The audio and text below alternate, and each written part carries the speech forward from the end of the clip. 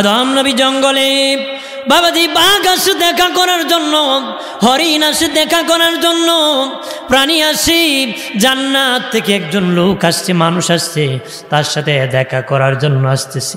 এরকম ভাবে আদম নবী হরিণের পিঠের মধ্যে হাত বোলাই দিছে, তার মধ্যে সুগান বের হয়ে গেছে, ঘ্রাণ। জঙ্গলে যখন গিয়েছে বাবা, ঘ্রাণ ভরে গিয়েছে জঙ্গল। অন্য হরিণরা ডেকে বলে, হরিণ কি মাকলারি, ওই ঘ্রাণ কোথা থেকে পাইলা? জান্নাত থেকে একজন লোক এসেছি, ওনাকে দেখার জন্য ওনার দরবারে হাজির হয়েছিলাম রে। উনি আমার পিঠে হাত বুলাইয়া দোয়া করেছি, এই জন্য আমার দেহে থেকে এই ঘ্রাণ বের হয়েছে রে। তখন দলে দলে হরিণরা আদম নবীর দেখা করার জন্য গিয়েছে, হাত বুলাইছিল ঠিক, কিন্তু তাদের দেহে কোনো ঘ্রাণ বের হয় নাই, কারণ তারা গিয়েছিল আদম দেখার জন্য। প্রথম যারা গিয়েছিল নবী দেখার জন্য গিয়েছিল, আর তারা গিয়েছিল মতলবে ঘ্রাণ পাওয়ার জন্য, এই জন্য তাদের মতলব হাসিল হয় নাই। এরপরে আদম নবী বলে, আল্লাহ 350 বছর কান্না করেছি মালিক, 350 বছর কান্না করেছি। আমি যখন আর জান্নাতে ছিলাম তখন তোমার আরশের মধ্যে, জান্নাতের মধ্যে দেখেছি তোমার নামের পাশে মুহাম্মাদুর রাসূলুল্লাহ নাম লিখিত, নিশ্চিত উনি তোমার হাবিবুল্লাহ মুহাম্মাদুর রাসূলুল্লাহ। ওই নবীর উসিলায় আমি আদমের তওবা তুমি কবুল করো। আল্লাহ বলেন, এ আদম, আজকে নয় 350 বছর আগে যদি রে ওই নবীর নাম নিয়ে তুমি যদি দোয়া করতা, 350 বছর কান্না করা লাগতো না, সেদিনই আমি আল্লাহ তোমার দোয়া মঞ্জুর করতাম। আমাদের আদি পিতা হলেন হযরত আদম আলাইহিস সালাম। আদম নবীকে জান্নাতি আল্লাহ বানাইছিলেন, জান্নাতি তাকেন তার একজন সঙ্গী বানাইছিলেন মা হাওয়া আলাইহিস সালামকে। বাম পাজরের বাঁকা হাড্ডি খুলে হযরত হাওয়া আলাইহিস সালামকে আল্লাহ বানিয়েছিলেন। এজন্য নারীর তুলনায় পুরুষের পাজরের হাড় একটা কম, আমাদের বাবা আদমের এক হাড় খুলে মা হাওয়াকে বানানো হয়েছে।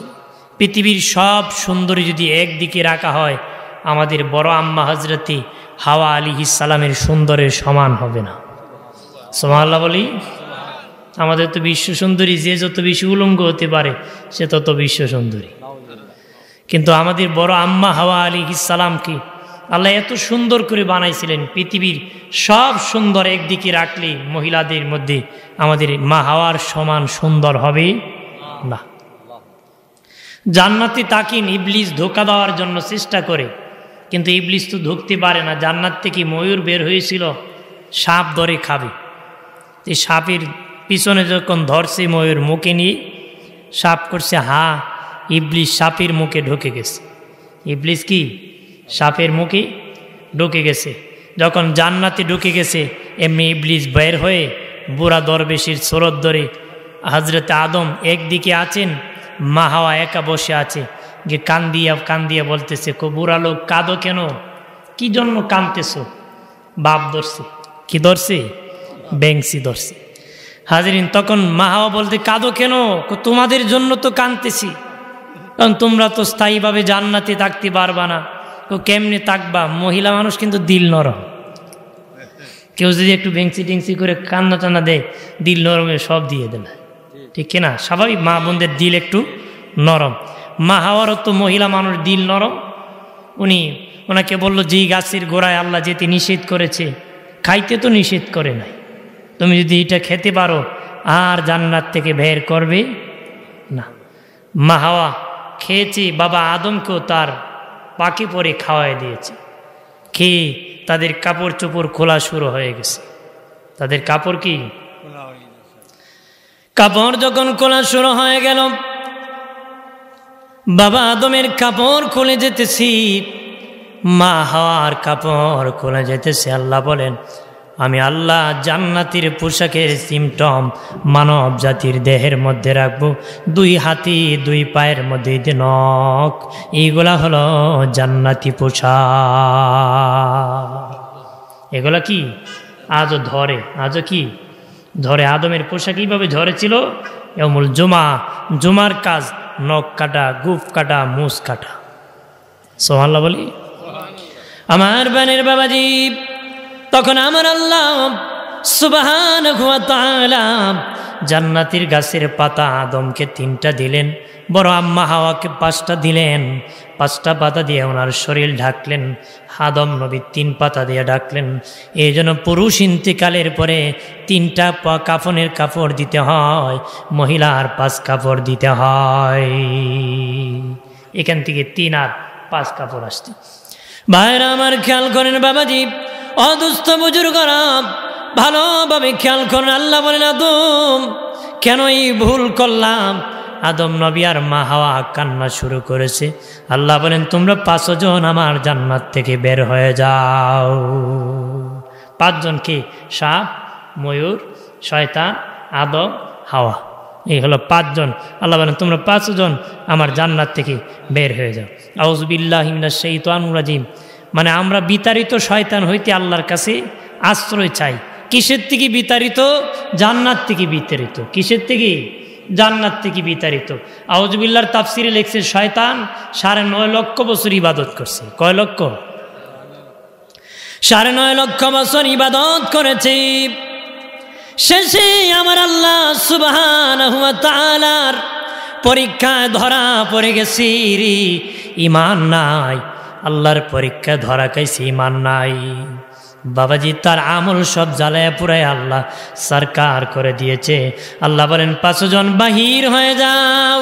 ইবলিস বলে, মালিক ও আল্লাহ, আমি তো জান্নাত থেকে বের হয়ে যাব, তবে আমার কয়েকটা আবদার তুমি রাখবানি গো। আমার তো কিছুই দিবা না, আমার কয়েকটা আবদার তুমি পূরণ করো। আল্লাহকে ইবলিস, কি আবদার রে? ইবলিস বলে, আল্লাহ তুমি আমাকে কিয়ামত পর্যন্ত হায়াত দিয়ে দাও। কি পর্যন্ত? আল্লাহ কয়, যা তোর কিয়ামত পর্যন্ত আমি হায়াত দিলাম। আদম নবী চোখের পানি ছেড়ে কান্না শুরু করছে। ডেকে বলে, ও মালিক ও আল্লাহ, কিয়ামত পর্যন্ত আমার সন্তানেরা এই পৃথিবীতে বাস করবে গো, আর সে আমার সন্তানকে যন্ত্রণা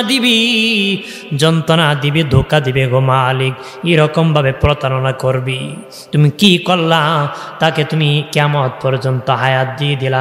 আল্লাহ কয়, আদম চিন্তা করবা না, আমি কিয়ামত পর্যন্ত নবী রাসূল পৃথিবীতে পাঠাবো।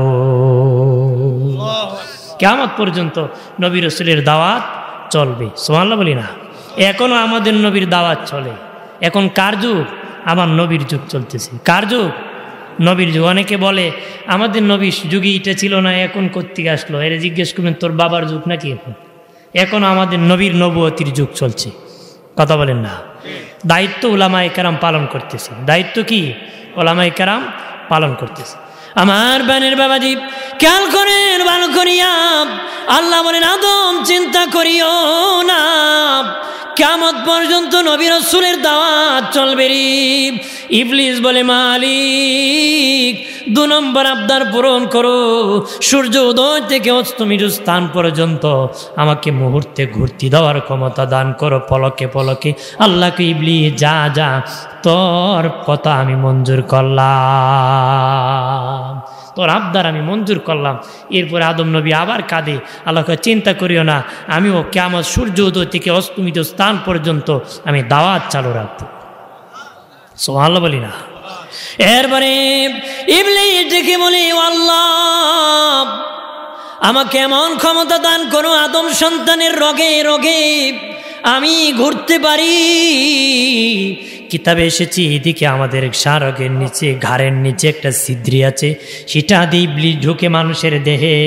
তোমার দেহের কোনো অঙ্গ দিয়ে ইবলিস প্রবেশ করতে পারে না। হ্যাঁ বাবাজি, নাক দিও না, কান দিও না, কোনো অঙ্গ দিয়ে ইবলিস প্রবেশ করতে পারে না। এখানে ছিদ্রি আছে, সেই ছিদ্রি দিয়ে প্রবেশ করে রগে রগে বাবা আকাম করে বেড়ায়, আকাম করে বেড়ায়। ইবলিস মানুষ যদি আকাম করে নিজের স্বাদ গ্রহণ করে, এরকমভাবে আদম নবী আল্লাহ। আল্লাহ কই ইবলিস যা যা তোরে আমি ক্ষমতা দান করলাম, মানুষের আদম সন্তানের রগে রোগে তুই পৌঁছে যাবি। তখন আদম নবী বলে, ও আল্লাহ কি করলাম, সে তো আমার সন্তানদের রগে রগে ঘুরে নিজে স্বাদ গ্রহণ করবে, আকাম করাবে। আল্লাহ কই ইবলিস এ আদম, আদম যতই তোমার সন্তানের রগে রগে ঘুরুক না কেন, যদি তাদের সমুদ্র পরিমাণ গুনাহ হয়, পাহাড় পরিমাণ গুনাহ হয়, আসমান পরিমাণ গুনাহ হয়, মুহূর্তে তওবা করতে দেরি, আমি ক্ষমা করতে দেরি করব না রে। মুহূর্তে তওবা করতে দেরি, আমি মাফ করতে দেরি করব। এরপরে আদম নবী বাবা ময়ূরও বের হয়ে গেছে জান্নাত থেকে, ইবলিসও বের হয়ে গেছে, শয়তানও বের হয়ে গেছে। আদম নবী কান্দে, আল্লাহ বলেন আদম কি জন্য কান্না করো রে? আদম নবী বলে আল্লাহ আমার সন্তানদেরকে এইভাবে ধোঁকা দিবি রে। আল্লাহ বলেন আদম রে, তোমার সন্তানেরা গুনাহ করিয়া যখন কান্না করে আমার আরশের চাইটি আরশের চতুর্দিকে ফেরেশতারা সুবহান কুদুসুন বলে বলে গান গাইতেছে, ঘুরতেছে, আমার জিকির করতেছে। তোমার যখন সন্তানেরা গুনাহ করে কান্না করবে, ওই ফেরেশতারা সুবহান কুদুসুন জিকিরের চেয়ে তোমার সন্তানের কান্না আমার কাছে বড় পছন্দের হবে। আমি তখন ফেরেশতাদের জিকির বন্ধ করে তোমার সন্তানের কান্নার আওয়াজ শুনব রে। আমার কাছে তাদের কান্না বড় পছন্দের হবে। আমার ফেরেশতারা আমার চতুর্দিকে জিকির করতেছি, আমি তখন তাদের জিকির বন্ধ করে তোমার সন্তানের কান্না শুনব। ধরে কন্যা সুবহানাল্লাহ। আমার বানের বাবাজি খেয়াল করেন ভালো করে, আদম নবীকে আল্লাহ শ্রীলঙ্কায় ফেলে দিয়েছি, আর মা হাওয়াকে জেদ্দায় আল্লাহ ফেলে দিয়েছি। কাবা ঘর থেকে 45 কিলোমিটার দূর জেদ্দায় ফেলে দিয়েছি। আর আদম নবীকে বাবা শ্রীলঙ্কায় বহু দূর পালাইছে। নারী মহিলা মানুষ তো বেশি দূরে পালায় নাই, পুরুষ মানুষ বেশি দূরে পালাইছে। কতদিন কান্না করেছে। 18,000 মাখলুকের মধ্যে তারা 2 জন হলো মানুষ, আর কোনো পুরুষ মানুষ নাই। মানুষ বলতে আর কেউ নাই, একমাত্র বাঘ আছে, ভাল্লুক আছে, কত প্রাণী আছে, কিন্তু মানুষ হিসাবে আদম আর হাওয়া আছে। মানুষ হিসাবে আদম নবী জঙ্গলে বাবাজি বাঘ আসে দেখা করার জন্য, হরিণ আসে দেখা করার জন্য, প্রাণী আসে, জান্নাত থেকে একজন লোক আসছে, মানুষ আসছে, তার সাথে দেখা করার জন্য আসতেছে। এরকম ভাবে আদম নবী হরিণের পিঠের মধ্যে হাত বোলাই দিছে, তার মধ্যে সুগান বের হয়ে গেছে, ঘ্রাণ। জঙ্গলে যখন গিয়েছে বাবা ঘ্রাণ ভরে গিয়েছে জঙ্গল। অন্য হরিণরা ডেকে বলে হরিণ কি মাকলারি, ওই ঘ্রাণ কোথা থেকে পাইলা? জান্নাত থেকে একজন লোক এসেছি, ওনাকে দেখার জন্য ওনার দরবারে হাজির হয়েছিলাম রে। উনি আমার পিঠে হাত বুলাইয়া দোয়া করেছি, এই জন্য আমার দেহে থেকে এই ঘ্রাণ বের হয়েছে রে। তখন দলে দলে হরিণরা আদম নবীর দেখা করার জন্য গিয়েছে, হাত বুলাইছিল ঠিক, কিন্তু তাদের দেহে কোনো ঘ্রাণ বের হয় নাই, কারণ তারা গিয়েছিল আদম দেখার জন্য। প্রথম যারা গিয়েছিল নবী দেখার জন্য গিয়েছিল, আর তারা গিয়েছিল মতলবে ঘ্রাণ পাওয়ার জন্য, এই জন্য তাদের মতলব হাসিল হয় নাই। তারা গিয়েছিল নবীর দুঃখে দুঃখিত হয়ে নয়, নবীকে দেখার জন্য নয়। তাদের স্বার্থ হলো যে ঘ্রাণ পাবো। তাদের স্বার্থ কি? নিয়ত গণ্ডগোল, সব গণ্ডগোল। এই জন্য ইমাম বুখারী প্রথম হাদিস এনেছেন নিয়তের হাদিস, শেষের হাদিস এনেছেন আমলের হাদিস। নিয়ত যার ঠিক, আমল তার ঠিক। সুবহানাল্লাহ না? প্রথম হাদিস কি? নিয়তের হাদিস। নিয়ত যার ঠিক, শেষের হাদিস হলো আমলের হাদিস, আমল তার ঠিক। কোরআনের প্রথম সূরা সূরা বাকারা, শেষের সূরা সূরা নাস। যে ব্যক্তি কোরআনে ঢোকার আগে গরু তাকে, কোরআনে যখন ঢুকবি পরিপূর্ণ মানিয়া বাহির হবে, নাস আল্লাহকে মানুষ হয়ে যাবে। জোরে ক আমার বানের বাবাজি রানী খেয়াল করেন ভালো করিয়া বাবাজি।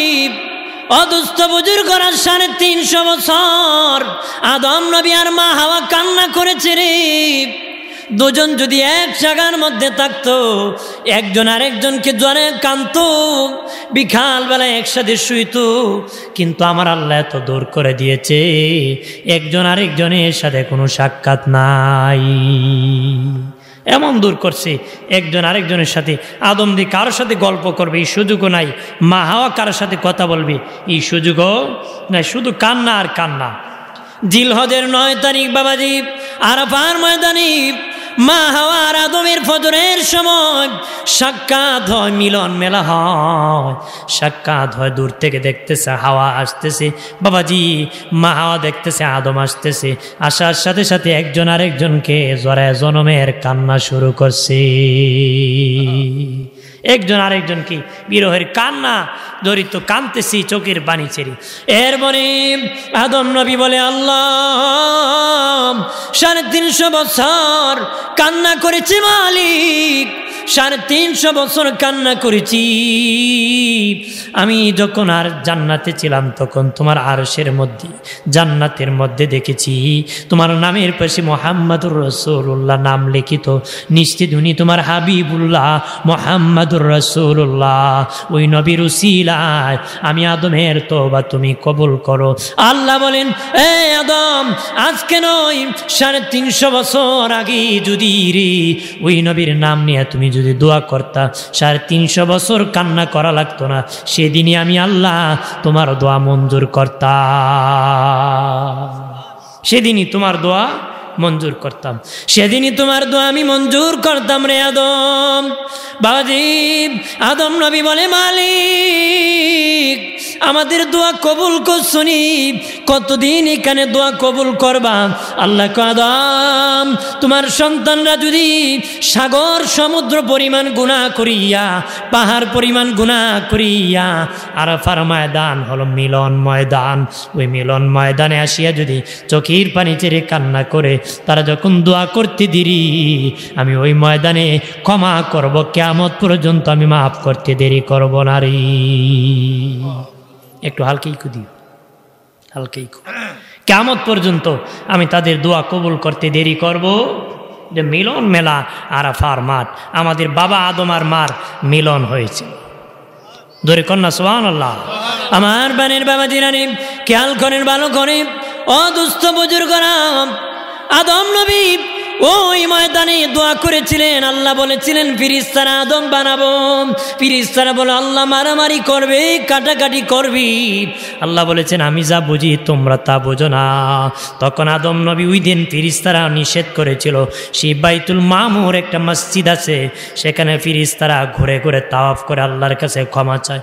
আল্লাহ বলেন, ফিরিস্তারা ওই বাইতুল মামুরের বরাবর এই পৃথিবীর মধ্যে আমি একটা ঘর বানাবো, আমার বান্দা বান্দি যখন অপরাধ করবি, অপরাধ করে ওই ঘরের চতুর্দিকে যখন তাওয়াফ করবে, আমি আল্লাহ তাদেরকে ক্ষমা করব। ফিরিস্তারা তোমরা বাইতুল মামুরের মসজিদের বরাবর নিচে তোমরা আমার একটা ঘর, কাবা ঘর বানাও। বাক্কা নগরে মক্কায় কাবা ঘর প্রথম ফিরিস্তারা স্থাপন করেছিল, নির্মাণ করেছিল। সুবহানাল্লাহ বলি, আরো জোরে বলি। ফেরেশতারা নির্মাণ করেছিল। আল্লাহ বলেন, আমার বান্দা বান্দি আমার ঘর যখন দেখবে, তারা আমি আল্লাহকে দেখবে, আমার ঘর দেখে যে দোয়া করবে, আমি আল্লাহ তার সেই দোয়া কবুল করে নিব রে। তবে দোয়া বৈধ হতে হবে। দোয়া কি হতে হবে? অবৈধ দোয়া কবুল হবে? হবে? বেটা বিয়ে করছে না, যদি আল্লাহ ছেলে দাও, হবে নাকি? আর এক ব্যক্তি ধ্বংসের দোয়া করলে হবে? হবে না। বৈধ দোয়া হতে হবে, তখনই দোয়া কবুল হয়ে যায়। সুবহানাল্লাহ বলি, জোরে বলি। ভাইরা আমার খেয়াল করেন, ভালো করে। আমার আল্লাহ বলেন, কিয়ামত পর্যন্ত কাবা ঘর তাপ চলবে, কিয়ামত পর্যন্ত দিনের নবীর রওজা মুবারক তাপ চলবে রে। কিয়ামত পর্যন্ত আরাফার ময়দানে মিলন মেলা হবে, আর আমার বান্দা বান্দি ক্ষমা পাবে। দাজ্জাল যখন বাহির হবে রে, আমার আল্লাহ সুবহানাহু ওয়া তাআলা আল্লাহর নবীর রওজা রক্ষা করার জন্য 7টা গেট নির্মাণ করবেন। 7টা গেট নির্মাণ করবেন দয়াল নবীর রওজার পাশে 7টা গেট নির্মাণ করবেন এক একটা গেটে 2 জন করে ফেরেশতা পাহারাদার দিবেন আল্লাহর নবীর রওজা রক্ষা করার জন্য ওই দাজ্জাল কাজ্জাবদের কাছ থেকে রক্ষা করার জন্য 7টা গেট নির্মাণ করবেন 2 জন পাহারাদার ফেরেশতা দিবেন তারপরে বাবাজি রক্ষা করবেন দাজ্জাল সেখানে যেতে পারবে না আল্লাহর নবী হযরত ঈসা আলাইহিস সালাম আসিয়া তারপরে বেঈমানকে খতম করবে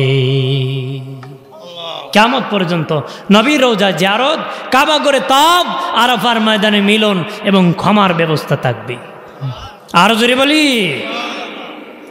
ভাইরা আমার খেয়াল করেন ভালো করে এরপরে হযরত নূহ আলাইহিস সালামের প্লাবন যখন হয়েছিল রে বন্যা যখন হয়েছিল ওই কাবা ঘর মাটির নিচে চলে গিয়েছিল কাবা ঘর নূহ নবীর বন্যায় কাবা ঘর মাটির নিচে চলে গিয়েছিল একটা বাড়ি ঘরও আল্লাহ রাখেন নাই নূহ নবী বদদোয়া করেছেন আল্লাহ তুমি ধ্বংস করে দাও ভাবছিলেন এই জাতি মানে না পরবর্তী জাতি আমার দাওয়াত গ্রহণ করতে পারে রে এই জন্য উনি রাস্তা দিয়ে যেতেছেন তখন একটা লোকের সাথে ছোট্ট একটা বাচ্চা যাইতেছে ওই বাচ্চাকে বাবা উনি কি নুহু নাকি গো বাবা ক হা উনি নুহু ক আমাকে চারেন বাবা আমি নুহুকে একটা পাথর মারে আসি বাচ্চা যায় নুহু নবীর উপর যখন পাথর মেরেছে নুহু নবীর নাম হলো আব্দুল গাফফার বাবাজি উনি বেশি কান্না করতেন রে এই জন্য আল্লাহ নুহু দিয়েছিলেন কেন আল্লাহ নুহু নাম দিয়েছিলেন নুহু নবী কি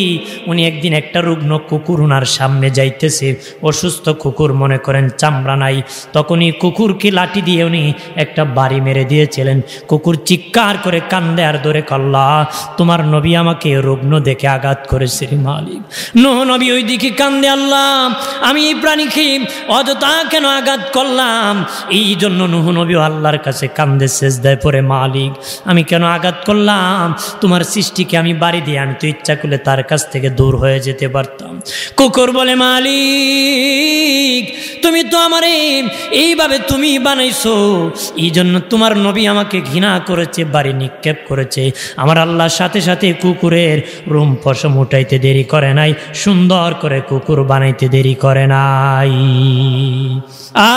আর নূহ নবী কান্না করে মালিক আমি অপরাধ করেছি কুকুরকে আঘাত করে অন্যায় করেছি আমাকে মাফ করে দাও নূহ নবীর বংশের লোকেরা বলে চলো ওই কুকুরকে দেখতে যাব নূহ নবী কুকুরের মাথায় ধরে কই কুকুরি আমি বড় ভুল করেছি তোর আঘাত করে আমি বড় অন্যায় করেছি তুই আমাকে ক্ষমা করে দি আল্লাহ কে নুহু তোমার কান্না বড় আমার কাছে পছন্দ তোমাকে ও আব্দুল গাফফার তোমার কান্না বড় পছন্দ আজকে থেকে তোমার নাম নুহু আমি বানায় দিলাম উনি কান্না করছে কান্নার কারণে ওনার নাম নুহু দিয়েছে উনি বেশি করে কন্দন করেছে আল্লাহ পছন্দ করেছে সুবহানাল্লাহ বলি না ভাইরা আমার খেয়াল করেন ভালো করেন অদুস্থ বুজুর্গরা ওই নূহ নবীর বন্যায় একটা বাড়ি ঘর ছিল না সব ধ্বংস হয়ে গিয়েছিল ভেঙে চুরমার হয়ে গিয়েছিল রে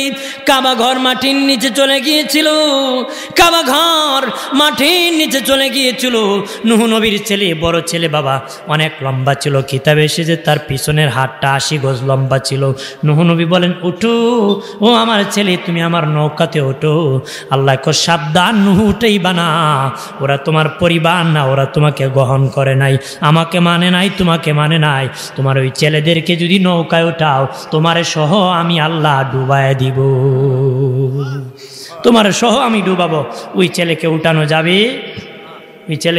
যাবে নূহ নবী উঠান নাই বন্যার পানি যখন শুকায় গেল প্লাবন যখন শুকায় গেল রে কোনো বাড়ি ঘর নাই নূহ নবীর 3 শয়তান আবাদ করলেন আবার একটা শহর নির্মাণ করলেন বাবাজি শহরের নাম বাবেল শহর বলা হয় কোরআনের ভাষায় বাবেল শহর তারাই শহর বানালো কারণ কোনো বাড়িঘর ছিল না কোনো বসত বাড়ি ছিল না কোনো মানুষ ছিল না ওই নূহ নবীর 3 সন্তানের দ্বারা আবার বংশধর শুরু হয় তারা একটা শহর নির্মাণ করেছিল ওই শহরের নাম বাবেল শহর সেখানে বাবা তারা শহর নির্মাণ করেছে সুবহানাল্লাহ বলেন না আর জোরে বলি